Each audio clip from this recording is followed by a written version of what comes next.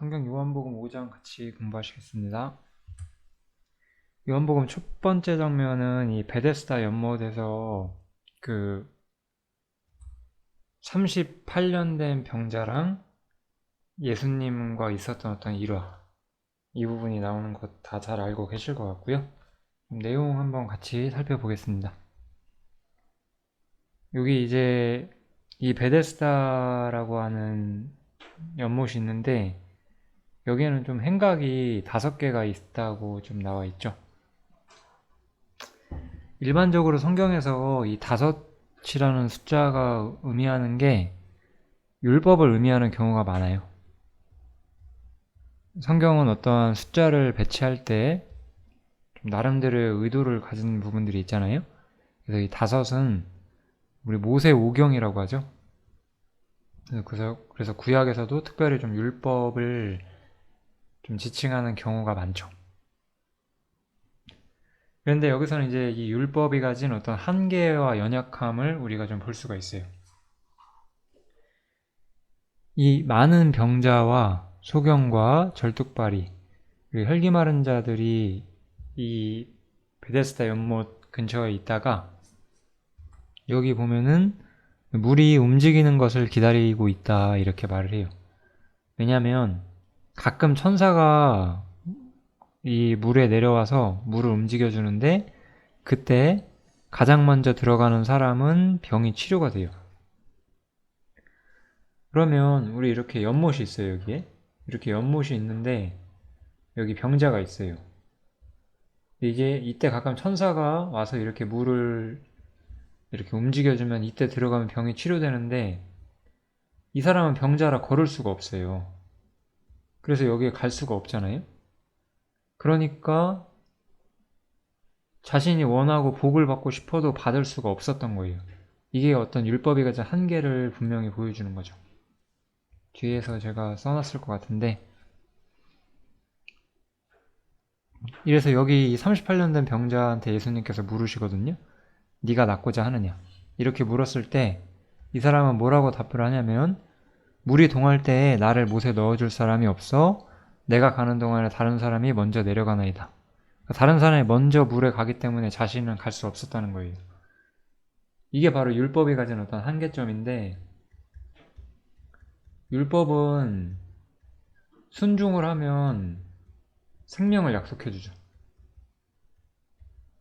근데 문제는 뭐냐면 사람이 하나님이 원하시는 순종을 해서 생명을 얻을 수 있는 능력이 없다는 거예요. 우리 이제 믿는 사람이 이 땅을 살면서 행해가는 순종, 그거랑 약간 개념이 다르죠. 여기서는 좀 엄밀히 말하면 율법 준수겠죠. 율법을 완전히 준수함으로써 율법이 허락하는 생명을 우리가 얻을 수 있느냐, 그것이 이제 불가능하다는 거죠. 율법은 네가 이것을 행해라, 그러면 살리라 이렇게 명령하고 있는데 사람이 율법을 행해서 생명을 얻을 수 있는 방법은 없거든요. 그래서 이 율법이 가진 한계점이 명확히 보이면서 또한 여기서 예수님의 어떤 살리시는 능력이 대조가 되죠. 예수님께서는 이 사람한테 바로 명령을 하시거든요. 일어나 네 자리를 들고 걸어가라 이렇게 하고 이 38년 된 병자가 살아나게 되는데 38년도 참 재밌는 숫자예요. 우리 이스라엘이 40년 동안 이제 광야에 머물러 있잖아요. 그 중에 실제로 광야에 머물렀던 기간은 38년이에요. 그 처음에 나왔을 때랑 들어갈 때 1년 정도, 2년 정도가 빠지게 돼서 실제로 정말 징계로 광야를 도는 시절이 38년이었는데 참 뭔가 이렇게 의미가 있지 않나 생각이 드네요. 물론 뭐 이런 숫자가 어떤 특별하게 영적인 우리에게 교훈을 주는 건 물론 아니고 분명한 것은 율법이라는 것에서부터 사람이 율법을 통해서 어떤 생명을 얻고 이런 것들은 불가능하다. 이것이 어떤 율법이 가진 연약함이고 한계다. 이런 걸 볼 수가 있겠죠. 바울 사도도 이 얘기를 좀 다른 관점에서 하고 있는데 율법이 육신으로 말미암아 연약하여 할 수 없는 그것을 이렇게 이야기하죠. 예. 사람에게 생명을 주는 그 문제에 있어서 율법은 아무것도 할 수가 없었어요. 왜냐하면 사람의 육신이 있기 때문에, 육신은 율법을 준수할 수 없기 때문에 이거는 율법을 준수할 수 있는 능력이 없어요. 이게 어떤 육신의 한계거든요. 육신은 율법 준수 능력이 없다. 이것을 우리가 먼저 꼭 기억을 해주셔야 되겠고요. 그래서 율법은 육신으로 말미암아 연약하여 할 수 없는 그것을 이제 하나님께서 하시죠.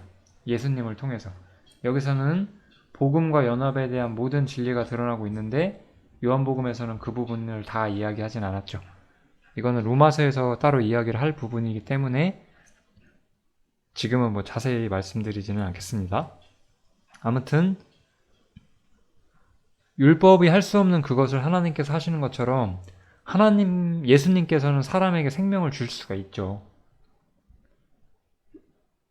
왜냐하면 예수님은 바로 하나님이시기 때문에.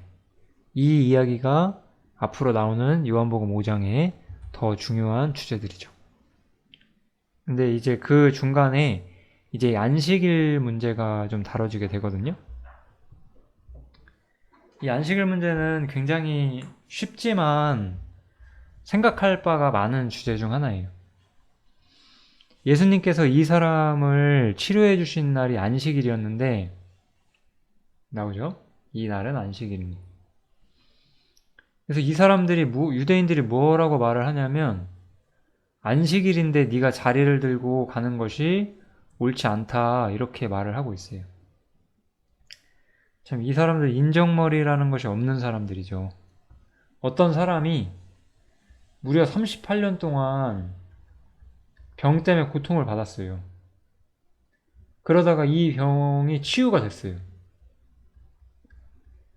이 병이 이제 치유가 됐는데 그날이 안식일이라고 해서 이 사람이 자리를 들고 이런 거 이제 관습이에요. 우리가 안식일에 어떤 관습을 지금 다 알 필요는 없겠죠?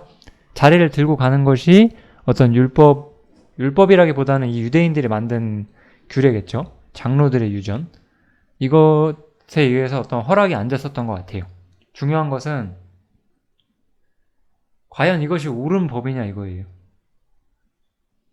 예수님께서는 다른 성경에서 이렇게 말씀을 하시죠. 사람이 양보다 얼마나 더 귀하냐. 그러므로 안식일에 선을 행하는 것이 옳으니라. 안식일이라고 하는 것이 무슨 의미인지 이 사람들은 전혀 모르고 있었다는 거예요. 안식일이라는 것은 원래 하나님께서 세상을 창조하시고 세상을 아름답게 보시고 이제 안식하시면서 이제 안식이 들어오게 되는 건데, 사실 이 안식이 깨졌죠. 왜냐면은 죄가 세상에 들어옴으로써 이 안식은 이미 깨져버렸죠. 그래서 사실 유대인들이 안식일을 기억하여 거룩히 지키라, 이 명령의 어떤 가장 궁극적인 목적은 다시 안식할 날이 찾아온다는 거죠. 끝에 그러니까 마지막 때를 말하는 거죠. 이스라엘 어떤 역사, 하나님 계획의 마지막 때 하나님이 안식하시고 이스라엘이 축복 가운데 들어오는 그 날에 대한 어떤 예표, 그것 때문에 안식일이 주어지는 거거든요. 그런데 이제 이 사람들은 그런 거는 전혀 지금 신경 쓰지 않고 어떤 되게 답답하고 융통성 없고 어떤 굉장히 종교적인 규범으로서의 안식일만이 남아 있었죠. 이미 유대인들은 어떤 하나님을 향한 올바른 신앙에서 떠났기 때문에. 그래서 이 38년 만에 병이 나은 사람을 축하해 줄 마음의 여유도 없었어요. 안식일을 어긴 것을 오히려 정죄하고 있는 거죠. 주님이 하신 말씀과 너무나 다르죠. 우리는 요한복음에서 이런 장면들을 많이 보게 돼요. 이 육신의 종교가, 유대인들이 세운 종교가 어떤 하나님이 바라시는 진정한 선과 굉장히 멀리 떨어져 있는 장면들, 이런 걸 좀 자주 볼 수가 있어요.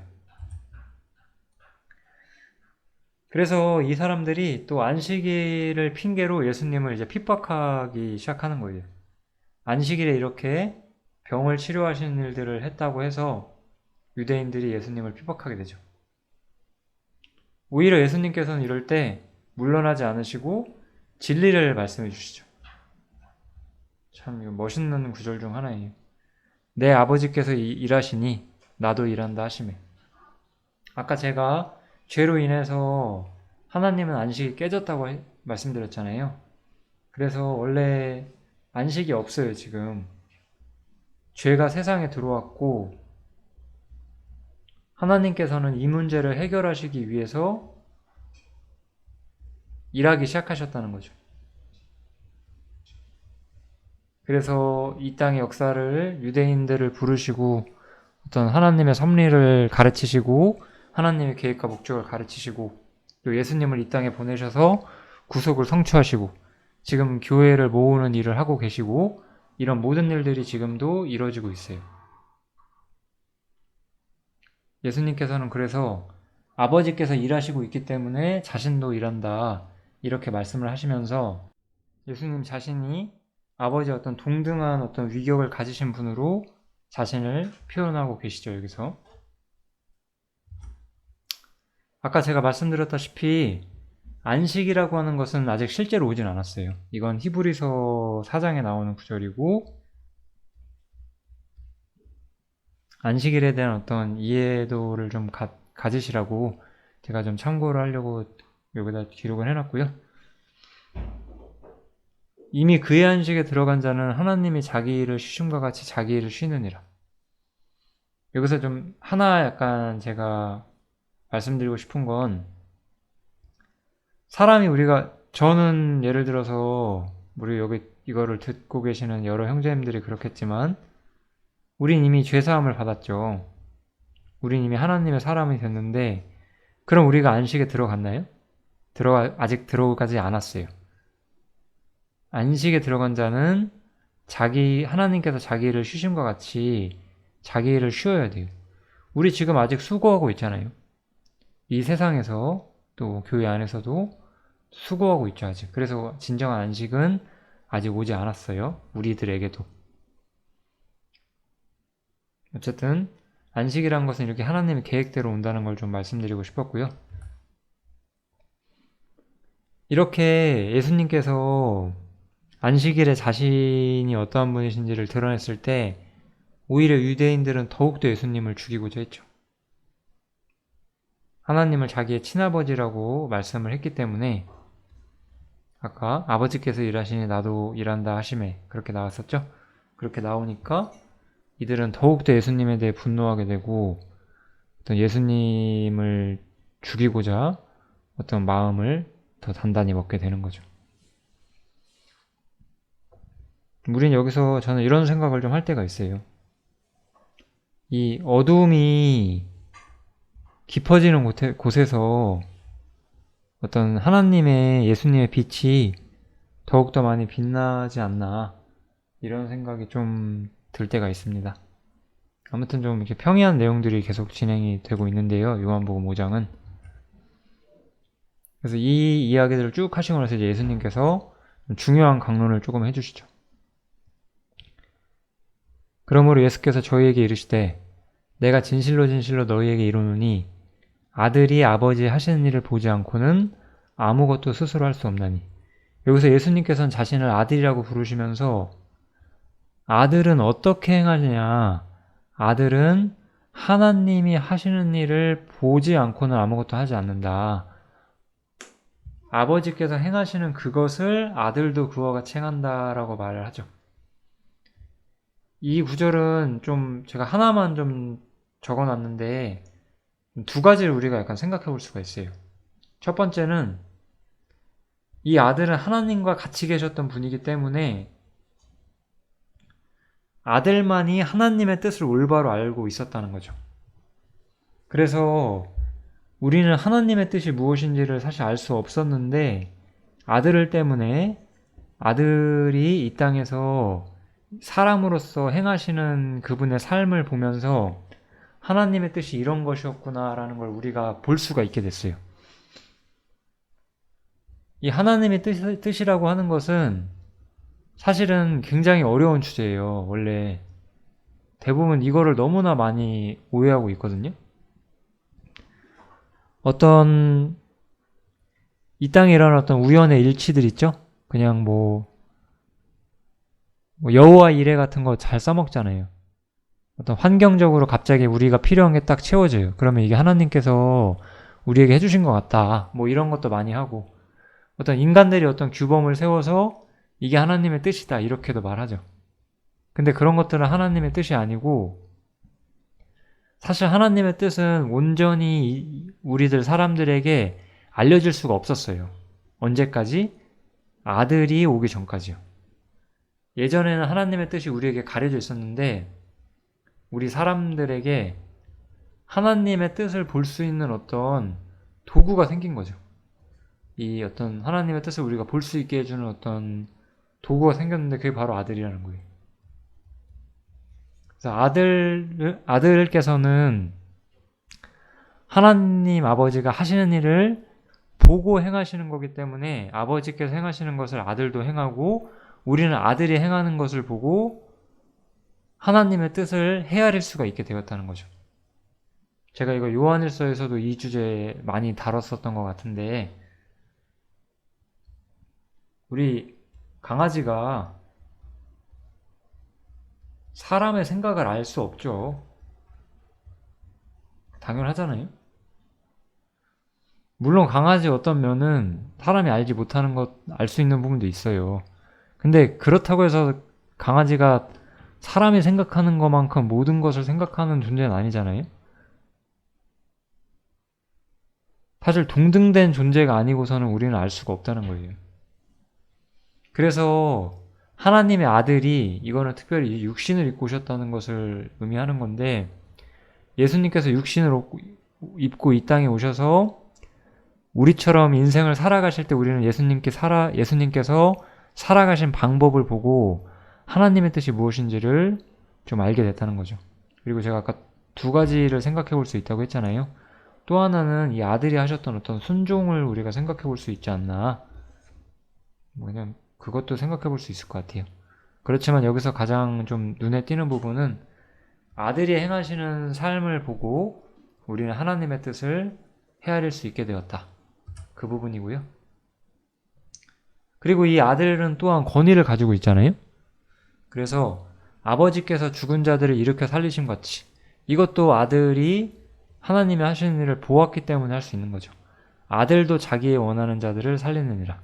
아버지께서 아무도 심판하지 아니하시고 심판을 다 아들에게 맡기셨으니 이는 모든 사람으로 아버지를 공경하는 것 같이 아들을 공경하게 하려 하심이라.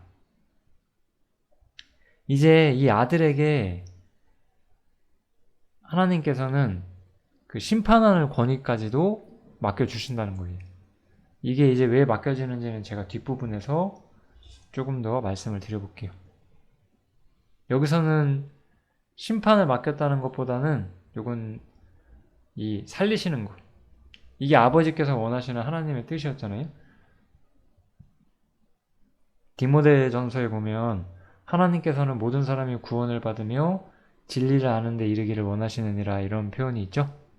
그래서 아버지께서는 그 죄인들을 살리기를 원하셨고 아들이 그 일에 순종하기 위해서 이 땅에서 행하신다는 것을 좀 말을 하고 있어요. 물론 그것을 거절하게 됐을 때는 그 거절에 대한 심판도 아들에게 받게 되는 거죠. 그리고 이제 이 아들을 믿는 믿음을 통해서 영생을 얻게 된다는 주제가 나타나게 되는 거죠. 예수님께서는 내 말을 듣고 예수님 자신의 말씀을 듣고 나 보내시니 하나님이시겠죠? 하나님을 믿는 자는 영생을 얻을 것이다. 믿음으로 영생을 얻게 될 것을 이야기를 하는 거예요. 그래서 이 얘기는 결국 믿지 않는 자는 영생을 얻지 못한다는 거죠. 그래서 믿음의 문제로 사람이 영생을 얻거나 혹은 영벌을 받게 되든지 이 주제가 믿음에 의해서 결정이 된다. 이렇게 말하는 거예요. 그 다음에 이제 굉장히 중요한 말씀을 해주시죠. 진실로 진실로 너희에게 이르노니 죽은 자들이 하나님의 아들의 음성을 들을 때가 오나니 곧 이때라 듣는 자는 살아나리라. 지금 우리 요한복음 5장 앞부분을 좀 정리를 해보면 예수님께서는 아버지께서 일하시니 나도 일한다 라고 말씀하셨잖아요. 그래서 예수님께서는 하나님과 동등한 어떤 입장에 처해 있고 권위를 가지고 계신 걸 우리가 봤어요. 하나님께서는 모든 심판을 아들에게 맡기셨죠. 그리고 또한 이 살리시는 일을 예수님께서 하게 되었다는 걸 우리가 볼 수가 있죠. 아버지와 같이 살리시는 일을 하시는 걸 우리가 좀 볼 수 있었고, 그 다음에 우리 바로 전장에서 이제 믿음을 통해서 영생을 얻는다고 나왔죠. 그래서 이 세 가지가 좀 이렇게 하나로 좀 정리가 된다고 좀 볼 수가 있을 것 같아요. 이건 어떤 진리의 뼈대가 어디서 오느냐를 결국 결정을 하는 거예요. 예수님께서 하나님과 동등한 권위를 가지고 계시다는 거, 첫 번째. 두 번째는 예수님께서는 우리 죄인들을 살리시고자 하셨다는 거. 그 다음에 이제 죄인을 살리시는 방법은 예수님의 말씀을 듣고 믿는 것이었다.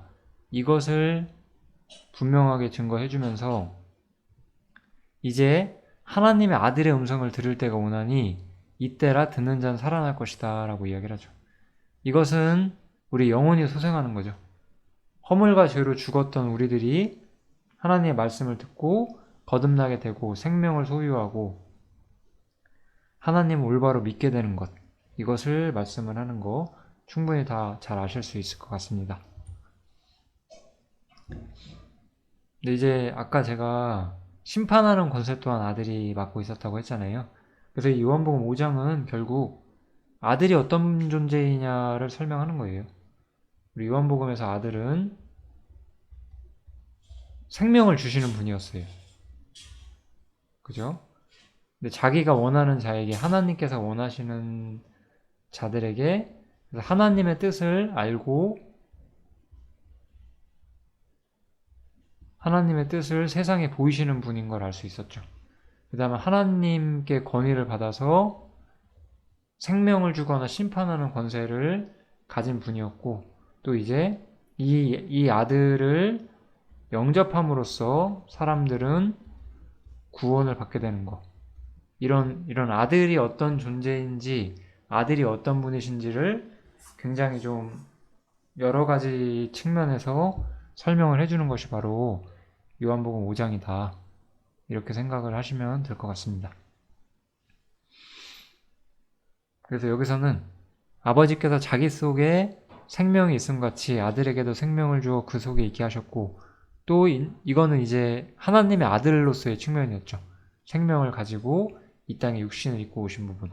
그 다음에 또 인자됨을 인하여 심판하는 권세를 주셨느니라 나오죠. 그래서 생명이 있는 것은 하나님의 아들로서의 측면으로 우리들에게 생명을 주시는 거죠. 그래서 제가 여기다가 하나님의 아들로서 영생을 은혜로 주시고자 하신다. 영생은 원래 하나님 안에만 있었던 거죠. 하나님 안에만 있었던 이 영생이 예수님 안에도 있었고, 이제 예수님께서 우리들 죄인들에게 이 영생을 주시고자 한다는 거예요. 영생은 하나님 자신의 생명이죠. 그런데 인자됨을 인하여 또한 심판하는 권세를 얻게 된다라고 이야기를 하시죠. 왜 인자가 심판을 하시냐? 이것도 예수님에 대해서 우리가 배워야 할 또 하나의 중대한 측면이에요. 하나님의 아들로서의 예수님을 지금까지 우리가 좀 살펴봤어요. 여기서부터는 여기서도 좀 엄밀히 말하면 아들이라기보다는 좀 독생자로서의 아들이죠.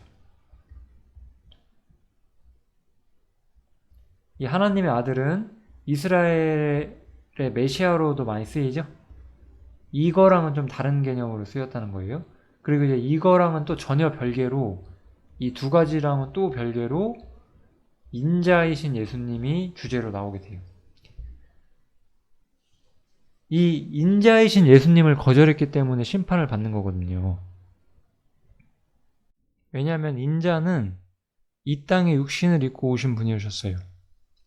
근데 한번 여기 사도행전 2장 같이 읽어보시면 그가 하나님의 정하신 뜻과 미리 아신 대로 내어준 바 되었거늘 너희가 법 없는 자들의 손을 빌어 못 박아 죽였으나 이렇게 나오죠.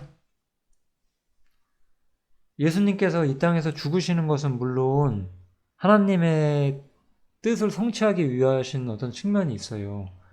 그러나 그것을 실제로 실행한 것은 사람이었죠. 그럼 한번 생각을 해볼게요. 예수님을 살해한 사람들이 있어요. 이들이 하나님을 거절했다는 이거보다 더 큰 증거가 있을까요? 이게 인간이 악하다는 거에 대한 최종적인 증거를 만들어줘요. 인간이 어떤 죄인이고 악을 행한다는 것 이상으로 인간이 하나님 나라에 들어갈 수 없는 어떤 가장 최종적인 어떤 죄를 규정하는 것이 뭐냐면 바로 예수님을 거절하는 거죠.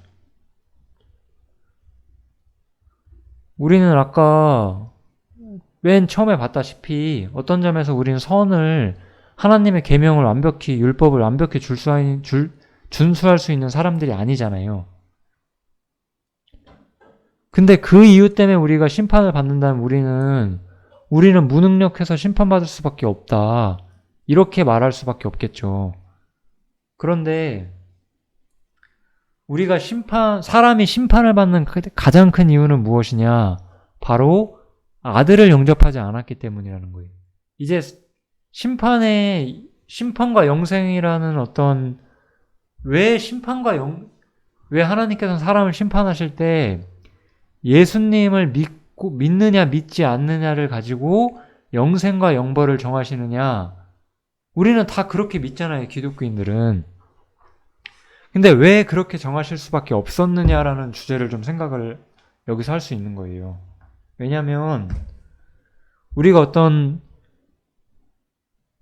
율법을 어겼다, 죄인이라는 측면에서 봤을 때 우리는 모두 다 죄인이고 누구도 사실 이 문제에서 자유로울 수 없거든요. 우리가 어떤 율법을 준수해서 의로운 존재가 되는 게 아니잖아요. 그렇기 때문에 어떤 죄인인데 어떤 죄인이냐를 가지고 하나님께서는 사람을 심판하지 않으세요. 어떤 사람은 인간의 눈으로 보기에 더 큰 죄를 지었을 수 있고 어떤 사람은 좀 덜 큰 죄를 지었을 수도 있는데 이것은 하나님이 관심하시는 바가 아니에요.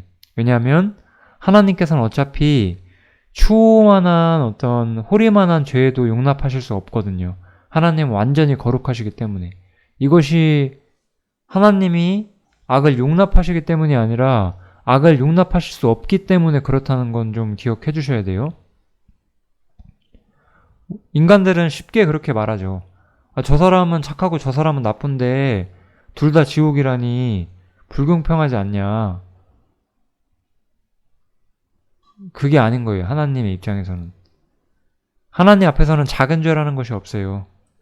그런데 그래서 이 죄인이 어떤 죄인을 가지고 하나님은 사람을 심판하지 않고 오히려 사람에게 은혜로 영생을 주고자 하는 계획을 아들을 통해서 예수님을 통해서 영생을 주고자 하는 거예요. 이제 여기 영생이라는 것을 하나님께서는 사람에게 주려고 해요. 예수님을 통해서. 그럼 이제 예수님을 영접하는 사람과 거절하는 사람이 있는 거잖아요. 이제 예수님을 영접하면 믿음으로 영생을 받게 돼요. 근데 예수님을 거절하면 영생을 받지 못하게 되죠. 그러니까 심판을 받을 수밖에 없다는 거예요. 영생을 받지 못했기 때문에. 이래서 오직 예수님을 믿느냐 믿지 않느냐로 사람의 구원 문제가 결정되는 거예요. 사실 우리가 근본적으로 물론 이제 이런 식의 반대를 우리 기독교인들한테 던지는 그런 사람들이 많진 않아요.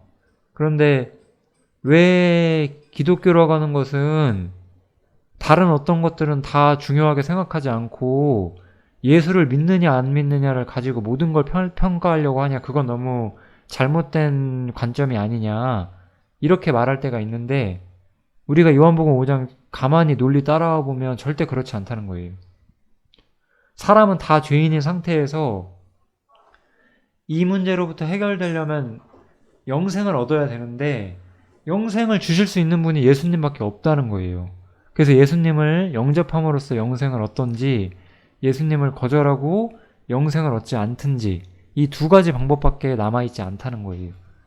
이래서 예수님을 거절한다는 것은 예수님을 십자가에 못 박은 것과 똑같은 자리에 선다는 것이기 때문에 이제 심판을 받게 된다는 거죠. 왜냐? 너희가, 여기서 이제 유대인들인데, 너희가 십자가에 못 박은 예수를 하나님께서 주와 그리스도로 삼으셨다, 되게 하셨다, 이렇게 말하니까. 주라고 하면 여기서는 어떤 왕이자 심판자임을 의미하는 거예요. 그래서 예수님께서 모든 것을 심판하실 수 있는 그런 자리가 예수님께 주어진 거죠. 그 다음, 이를 기이 여기지 말라. 무덤 속에 있는 자가 다 그의 음성을 들을 때가 오나니, 선한 일을 행한 자는 생명의 부활로, 악한 일을 행한 자는 심판의 부활로 나오리라. 여기서는 제가 이 얘기 본격적으로 하기 전에 제가 여기 써놓긴 했는데요. 예수님에 대해 다시 한번 이야기를 할게요.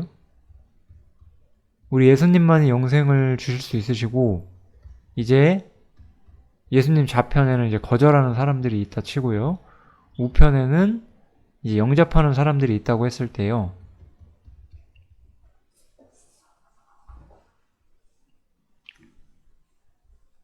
우리 사람들은 아까도 제가 이야기했지만 인간적인 관점에서 선과 악을 이야기를 하잖아요. 근데 예수님께서는 이 예수님을 영접해서 영생을 얻는 사람들이 선한 자들인 거예요. 그게 바로 하나님께서 원하시는 선이라는 거예요. 예수님을 믿는 것이. 이런 게 바로 하나님의 뜻인 거예요. 이 세상에는 나름대로 괜찮은 사람들이 많아요. 저도 그거를 모르는 게 아니거든요. 근데 그들이 선한 것이 아니에요. 예수님을 영접하지 않는다면은 그들은 악한 자들이에요.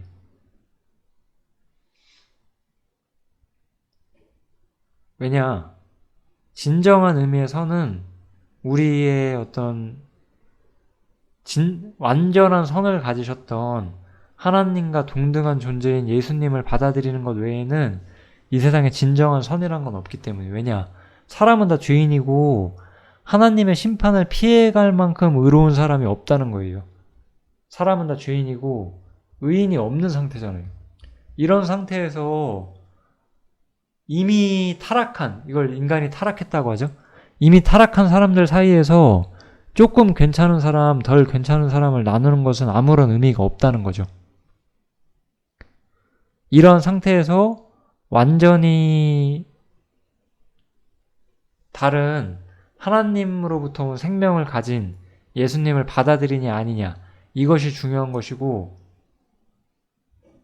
여기서 그럼 선한 일을 행한 자는 생명의 부활로 나오는데, 이게 뭐 이 세상에서 뭐 봉사하고 자원봉사하고 착한 일하고 뭐 그런 게 아니겠죠.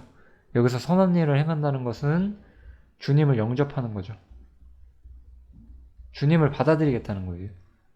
악한 일을 행한 자들은 주님을 거절하는 사람들이죠. 복음을 믿지 않고 이 하나님의 말씀을 멸시하고 이 땅에서 사는 사람들. 물론 그들도 나름대로 인격적으로는 괜찮을 수 있어요. 그렇지만 이들은 악한 일을 행한 자로서 심판의 부활로 나아가게 될 거예요. 그래서 제가 이렇게 써놓은 거예요. 주님을 영접하지 않은 사람들은 악한 일을 하는 사람들이에요. 이 세상에 진정한 선과 악은 사람이 정하는 것이 아니에요. 사람은 선악을 정확히 알지 못해요. 오직 하나님만이 그걸 아시고, 하나님이 정하시는 선은 바로 하나님이 보내신 자 아들이신 예수 그리스도를 믿는 것밖에 없어요. 게다가 이 심판의 주체가 예수님이신데 우리는 또 예수님께서 세상을 심판하시는 것에 대해서 또 아무것도 그분께 항변할 수가 없어요. 왜냐면은 예수님께서는 스스로 하실 수 있는 게 아무것도 없거든요. 예수님께서는 나의 원대로 하려 하지 않고 나를 보내신 이의 원대로 하려는 거로 내 심판은 의롭다 라고 말해요. 예수님의 심판은 의로울 수밖에 없는데 왜냐하면 완전한 사람으로서 아무것도 자신의 뜻대로 하지 않고 이게 바로 완전한 인간의 어떤 본질이에요. 자신의 뜻대로 한 것이 없고 모두 아버지의 뜻대로 한 것. 이게 바로 예수님의 진짜 모습이거든요. 그래서 사람이 주님을 올바로 알게 되면 알게 될수록 자신의 뜻을 고집하려고 하지 않게 돼요. 사람의 신앙이 어릴 때는 율법을 어기는 것이 굉장히 큰 죄로 보이게 돼 있어요. 물론 저한테도 물론 그렇죠. 그런데 율법이 반대하지 않는다면은 자기 고집대로 하는 것이 맞는 것은 아닌 거예요. 오히려 저는 고집센 형제들한테 아무것도 맡길 수가 없어요. 그들은 하나님의 뜻을 실행하고자 하는 의지가 없는 것으로 보일 수가 있거든요. 고집이라고 하는 것은 굉장히 하나님의 뜻과 올바른 신앙생활에서 너무나 먼 것이라는 것을 좀 알면 좋을 것 같아요. 완전한 인간이신 예수님은 아무것도 자신의 원대로 하시질 않았어요. 빌립보서에서도 바울이 이렇게 이야기를 하죠. 그는 근본 하나님의 본체시나 하나님과 동등됨을 취할 것으로 여기지 아니하시고 오히려 자기를 비어 종의 형체를 가져 사람들과 같이 되었고 사람의 모양으로 나타나셨음에 자기를 낮추시고 죽기까지 복종하셨으니 곧 십자가에 죽으심이라. 제가 길게 설명 안 해도 예수님의 삶이 어떤 것이었는지 충분히 볼 수 있는 것 같아요. 자기를 비우셨다고 하죠. 자기를 비우시고 종의 형체를 가졌고 자기를 낮추시고 죽기까지 복종하셨다. 이게 바로 우리가 이해하는 예수님의 삶이고 우리가 따라야 하는 삶의 진짜 모습이에요. 그래서 항상 제가 말씀드리죠. 자기를 부인해야 한다. 저게 바로 자기를 부인하는 거거든요. 그래서 예수님은 이토록 자기를 부인하셨기 때문에 인자로서, 이게 완전한 사람, 이게 바로 인자잖아요. 그죠? 인자로서 주님이 얻으신 거예요. 하나님이 그를 지극히 높여 모든 이름 위에 뛰어난 이름을 주사. 이게 바로 예수님의 기업이죠. 이거는 좀 생각을 해보셔야 돼요. 예수님께서는 원래 하나님의 아들이라서 드높은 신분을 소유하고 계셨어요. 그런데 우리 한번 예를 들어 우리 세종대왕, 한국의 세종대왕을 이야기를 해볼게요. 우리 세종대왕은 원래 왕이잖아요. 원래 그 아버지가 태종이었잖아요. 아버지가 원래 왕이었기 때문에 이 사람도 아들로서 자연스럽게 왕위를 물려받았죠. 근데 그냥 자연스럽게 왕위를 물려받았다면 세종대왕이 이렇게 훌륭한 왕으로 지금까지 칭송받진 않겠죠. 왜냐? 세종대왕은 왕으로서 자신이 한 업적이 있어요. 그 아버지로부터 물려받은 어떤 그 핏줄로서 받은 왕이라는 자리가 아니라 자신이 만든 업적과 공로가 있잖아요. 그것처럼 예수님께서는 인자로서 하나님께 완전히 복종하시고 자기를 비우심으로써 하나님께 완전한 만족을 드렸고 그것이 바로 예수님이 세우신 어떤 스스로 얻으신 영광과 기업인 거예요. 그래서 우린 여기서 영광의 본질이 무엇인지를 알게 돼요. 영광은 뭐죠? 영광은 순종하는 자가 하나님이 아니라 우리 순종해야 되는 사람이 결국 예수님이죠. 우리도 본받을 바가 되고요. 완전히 순종하는 거예요. 완전한 순종을 하는 거죠. 완전한 순종을 통해서 이게 바로 하나님을 영화롭게 하는 방법이다라고 이야기를 하는 거죠. 완전한 순종을 하나님을 영화롭게 하고, 이것은 이제 순종하는 자를 영화롭게 해주죠.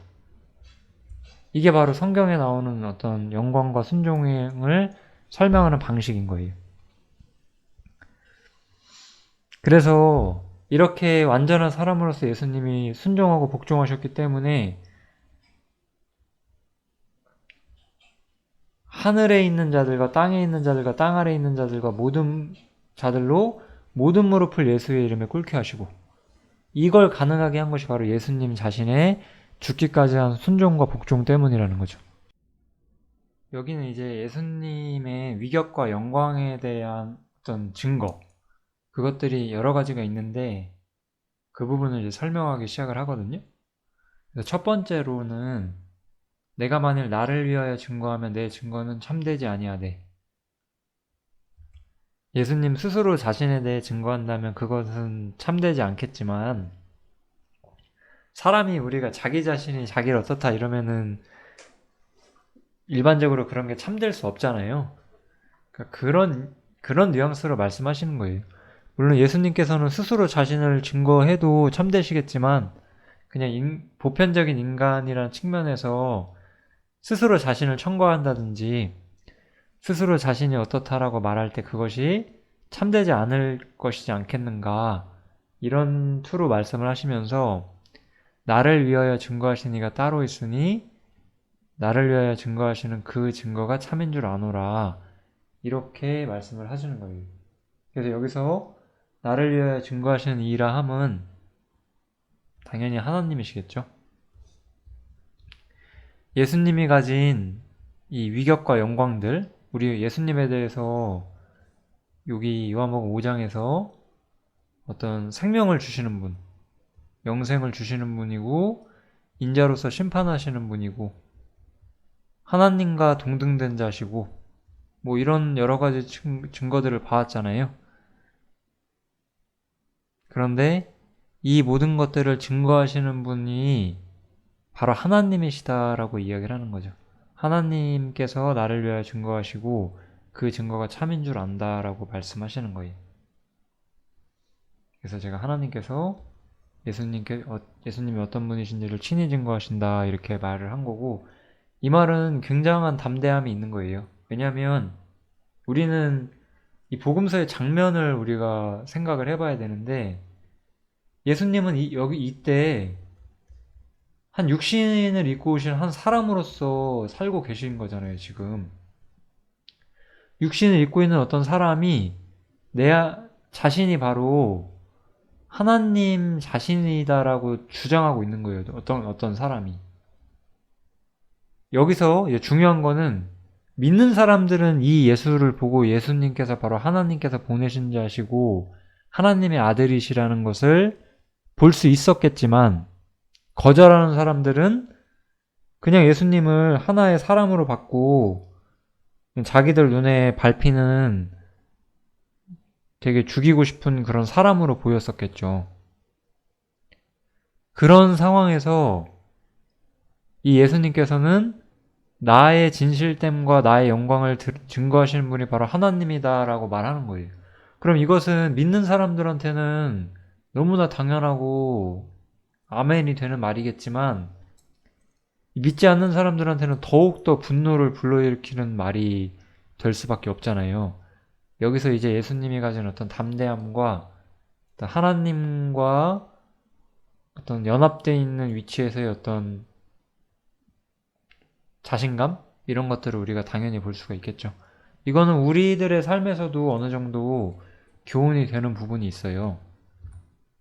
예를 들면 이게 이제 요한계시록 2장의 세 번째 교회인 버가모 교회에 나온 말씀인데, 버가모 교회에서 이기는 그에게는 내가 감추었던 만나를 주고 또 흰돌을 줄 터인데,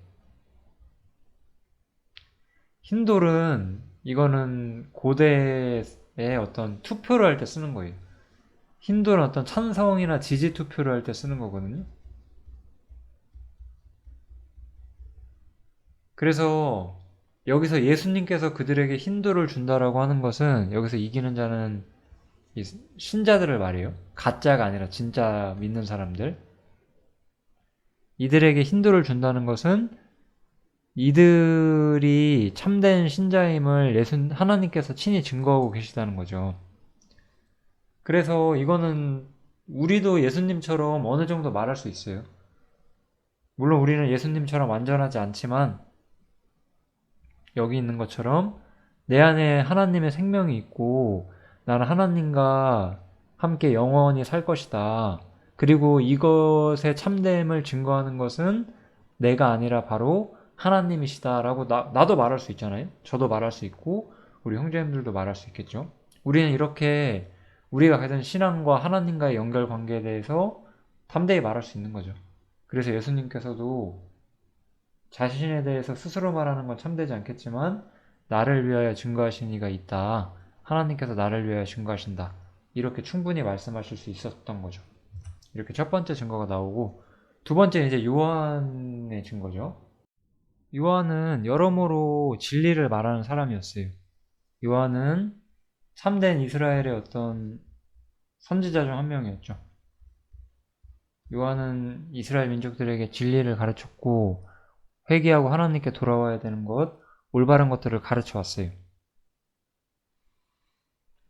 그래서 요한은 켜서 비치는 등불이다라고 표시가 되어 있죠.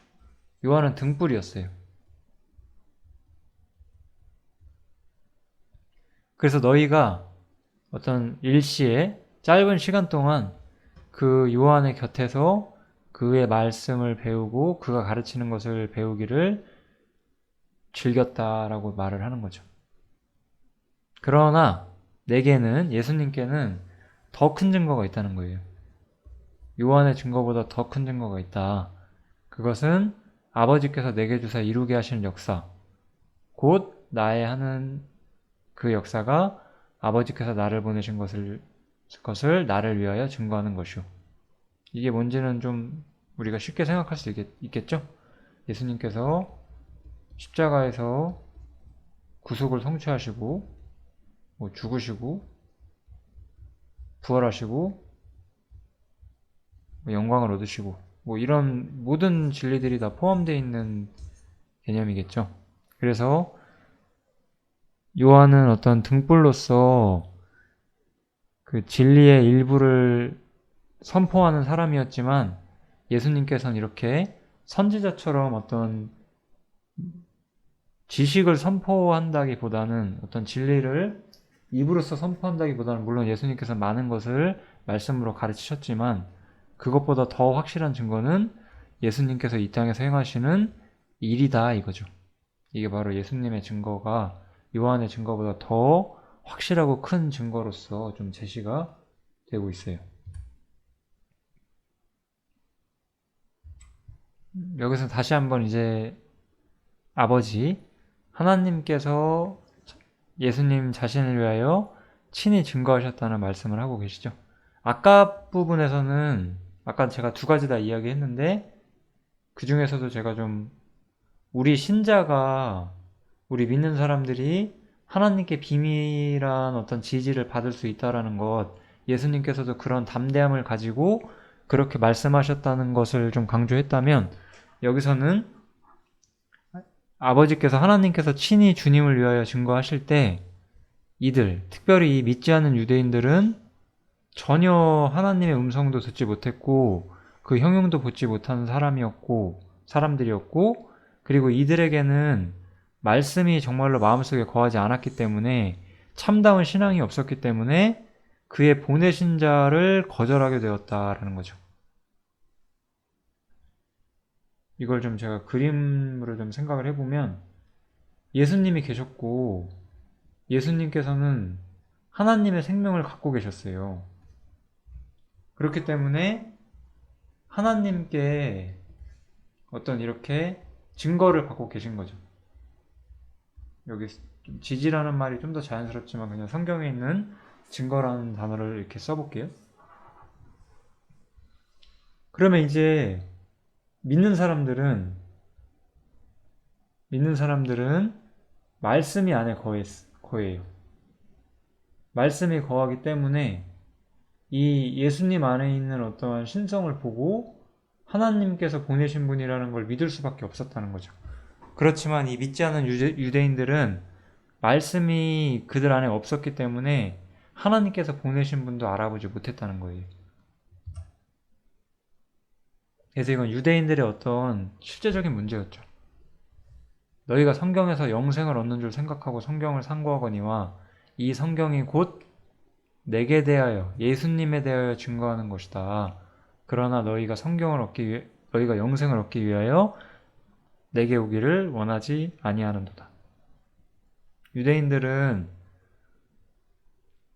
모세 쪽부터 하나님께 성경을 받았고 성경을 통해서 하나님을 섬기는 법을 배우는 민족이었음에도 불구하고 그리고 이 성경을 통해서 영생을 얻는 것을 배울 수 있는 사람들이었지만 실제로 이 성경의 목적을 전혀 이해하지 못했고 성경이 바로 예수님에 대해 증거하는 책이었고 이 성경이 결국 예수님을 알아보고 그분께 오게 하려고 하나님께서 주신 말씀인데 전혀 그들은 예수님께 오지 못한 거죠.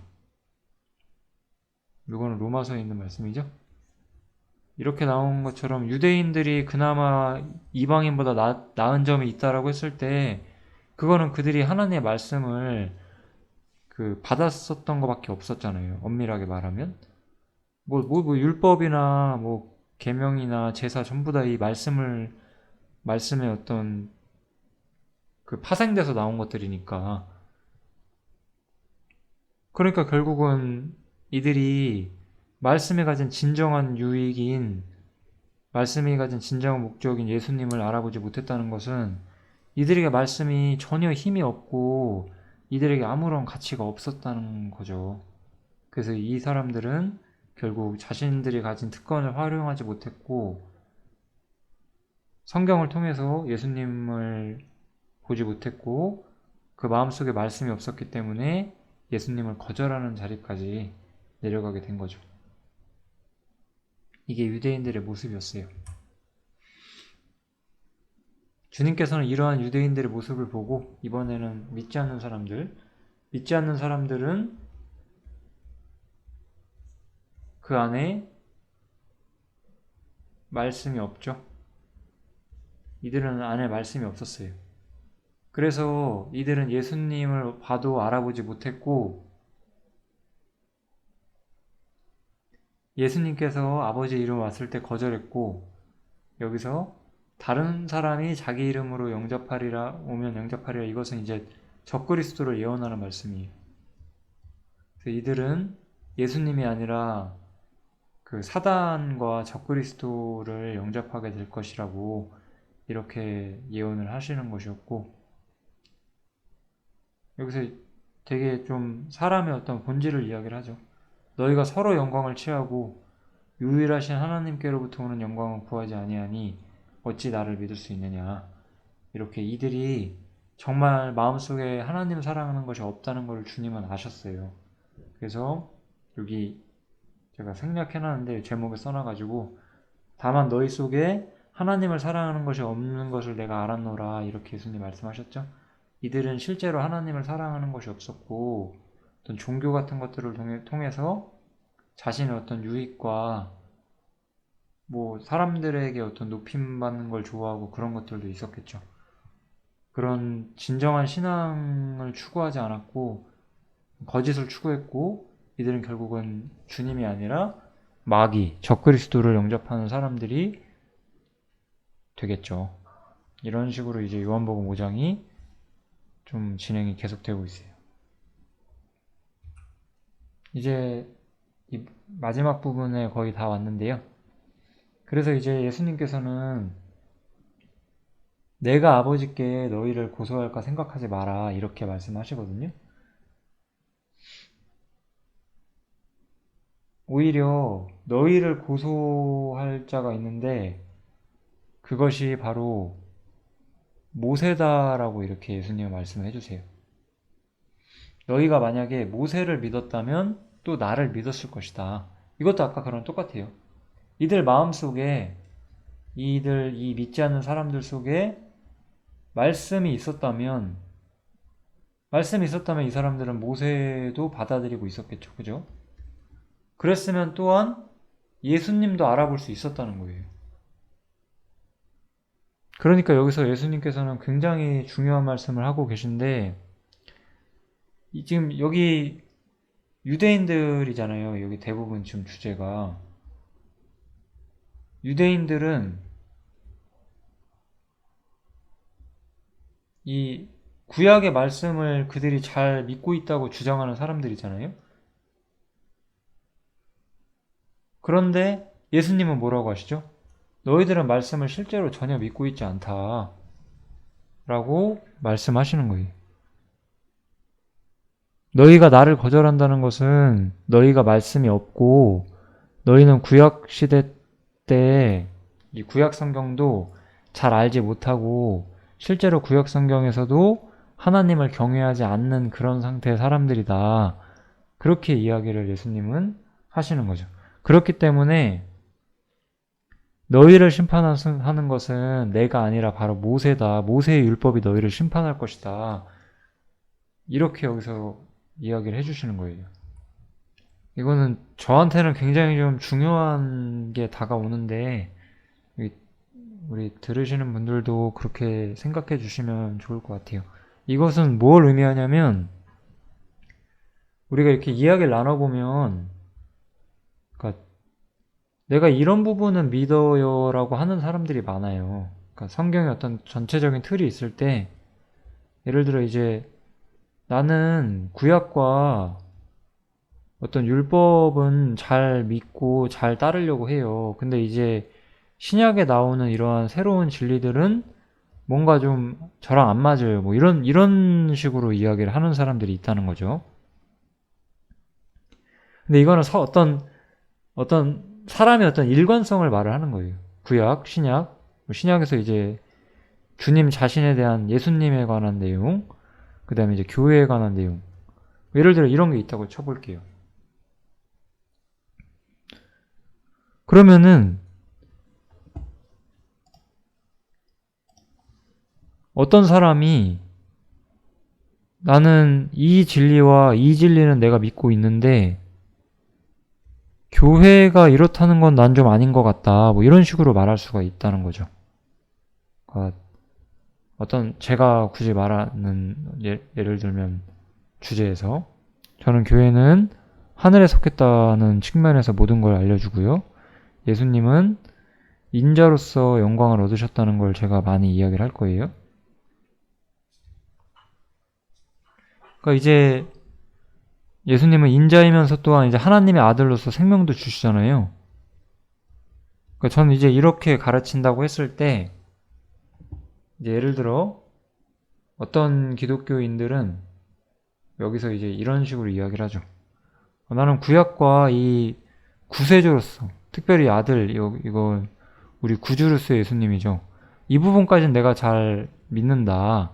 그런데 교회가 하늘에 속해서 이 땅에서 어떤 내가 지금까지 기독교 생활을 해왔던 그런 방식이 진정한 기독교가 아니라고 하는 당신의 주장은 약간 어렵다.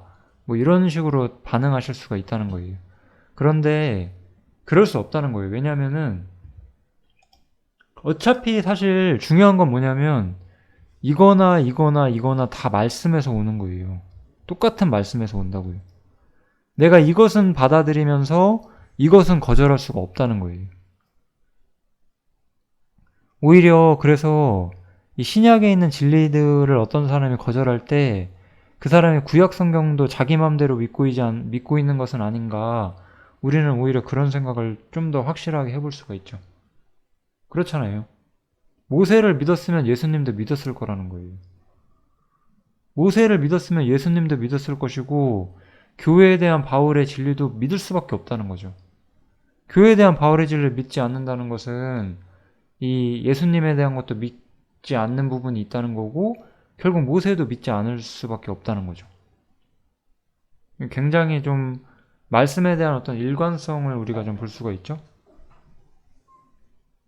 물론 우리가 배움이 더뎌서 어떤 부분이 풀리지 않을 수는 있어요. 그게 아니라 성경의 어떤 부분을 받아들이는데 어떤 부분은 의도적으로 거부하고 있는 것은 실제로는 성경 전체를 거부하는 것이고, 성경을 받아들이는다는 것은 성경의 모든 것을 받아들인다는 것을 의미한다는 거죠. 뭐 그렇다고 오히려 이런 거죠. 여기서 제가 좀 주제 벗어나는 것 같아서 좀 주저주저하다 결국 말하게 되는데, 예를 들어 구약은 순종하면 이 땅에서 복을 받고 불순종하면 이 땅에서 벌을 받는 주제가 나오는데, 예를 들어 어떤 사람이 그래서 지금 열심히 복 받으려고 신앙생활을 해요. 그러면 저는 그것은 구약의 유대인들에게 주었던 것이고 우리는 그런 관점으로 성경을 봐서는 안 된다라고 말하면, 오히려 제가 지금 말하는 것이 구약과 신약에 있는 모든 진리들의 어떤 균형이 잡혀 있는 거잖아요. 저는 모세를 믿었고 이제 예수님도 믿기 때문에 그런 거예요. 오히려 그 사람이 모세를 안 믿고 있는 거죠. 구약 성경의 참다운 목적을 잊어버린 거죠. 왜냐? 신약도 잘 안 보이니까요. 그게 그럴 수밖에 없다는 거예요. 그래서 이들이 예수님을 거절하게 됐는데, 이스라엘이 예수님을 거절했을 때 실제로 이들은 예수님을 거절한 것뿐만 아니라 그동안 자신들이 따라왔다고 하는 모세 또한 거절했다는 거죠. 그래서 이들에게 심판은 예수님을 거절한 심판에 어떤 더불어서 모세의 율법에 따라서 또한 그들이 심판을 받게 될 것이다. 이제 그렇게 예수님은 이들을 정죄하고 계신 거예요. 여기 마지막 구절에 나오죠. 그러나 그의 글도 믿지 아니하거든 어찌 내 말을 믿겠느냐. 이건 참 오히려 반대로 예수님 말씀하시는 거예요. 너희가 나를 안 믿는 것을 보니 모세도 안 믿고 있구나. 모세를 안 믿는 걸 봐서 어떻게 너희가 내 말을 믿을 수 있겠냐. 오히려 이렇게 말하면서 믿지 않는 유대인들을 책망하시는 거죠. 이렇게 요한복음 5장이 끝이 났어요. 요한복음 5장은 되게 복음이죠. 요한복음 5장 이렇게 결론 내보시면 복음을 되게 설명하고 있는 책이에요. 특별히 어떤 복음에 나온 어떤 사역 부분보다는 구주 예수님에 대해서, 예수님이 어떤 분이신지 그것을 설명하는 책이 바로 이 요한복음 5장이었어요. 좀 잘 들어주셨으면 좋겠고 많이 묵상하시면 좋겠습니다. 감사합니다.